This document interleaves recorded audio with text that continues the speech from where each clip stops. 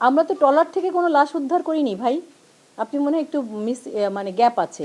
আমরা ট্রলার কেন্দ্রিক কোনো লাশ উদ্ধার করি নাই। আমরা ভাসমান একটা লাশ এসেছে, ভাসমান লাশ মানুষ পেয়ে আমাদেরকে খবর দিয়েছে। আমরা লাশটাকে নিয়ে এসেছি, সবসময় যা করি, নিয়ে আসার পরে লাশের যখন আইডেন্টিটি শনাক্ত হয়েছে, তার পরিবার এসেছে, পরিবার এসে অপমৃত্যু মামলা একটা রুজু করেছে। পরিবারকে আমরা আইনত সব কার্যক্রম করে পরিবারের কাছে লাশ হস্তান্তর করেছি। সুতরাং এখানে অন্য কোনো বিষয়গুলো যা আপনি বললেন এগুলোর তো কোনো সুযোগ নাই। আপনি যেটা বললেন যে নির্ভয়ে পরিবার করতে পেরেছে কিনা, আপনারা জানেন যে নির্ভয়ে যদি না করে তাহলে আপনারা সবচেয়ে বড় বিবেক। আপনারা আমাকে প্রায় সময় ফোন করেন যে এটা হচ্ছে, ভিকটিম যেতে পারছে না, আপনি দেখেন, বা ভিকটিমই সরাসরি আমাকে ভিকটিমের পরিবার ফোন করে। কারণ আপনারা জানেন আমি কিন্তু 24/7 ফোন রিসিভ করি, সবার সাথে কথা বলি, যদিও মনে করি কোনো কারণে স্থানীয়ভাবে ভয়ের কারণ আছে।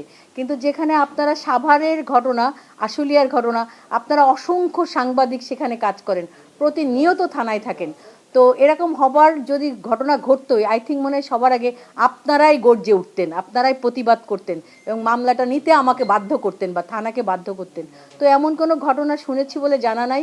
আর তারপরেও কোনো কারণে যদি থানা পুলিশের প্রতি মানুষের আস্থা না থাকে তাহলে মানুষ কোর্টে যায়। তো আই থিঙ্ক এমন কোনো ঘটনা ঘটেনি। সুতরাং আপনি যেই অভিযোগটা আনলেন ভয়ের, আসলে ভয়ের কোনো, আর আগের পুলিশ এখন নাই, এখনকার পুলিশের কাছে ভয়ের কিছু নাই। পুলিশ এখন আচ্ছা, ওটার উত্তরও আসছি। পুলিশ এখন জনবান্ধব হয়ে কাজ করছে, পুলিশের প্রতি মানুষ আস্থা রাখতেও শুরু করেছে। আর আপনি যেটা বলেছেন যে তাদের কোনো রাজনৈতিক পরিচয় আছে কিনা, আসলে আমরা কারো রাজনৈতিক পরিচয় খুঁজতে যাই না। আমাদের কাছে ভিকটিম আর অপরাধী, আমাদের কাছে দুইটাই পরিচয়।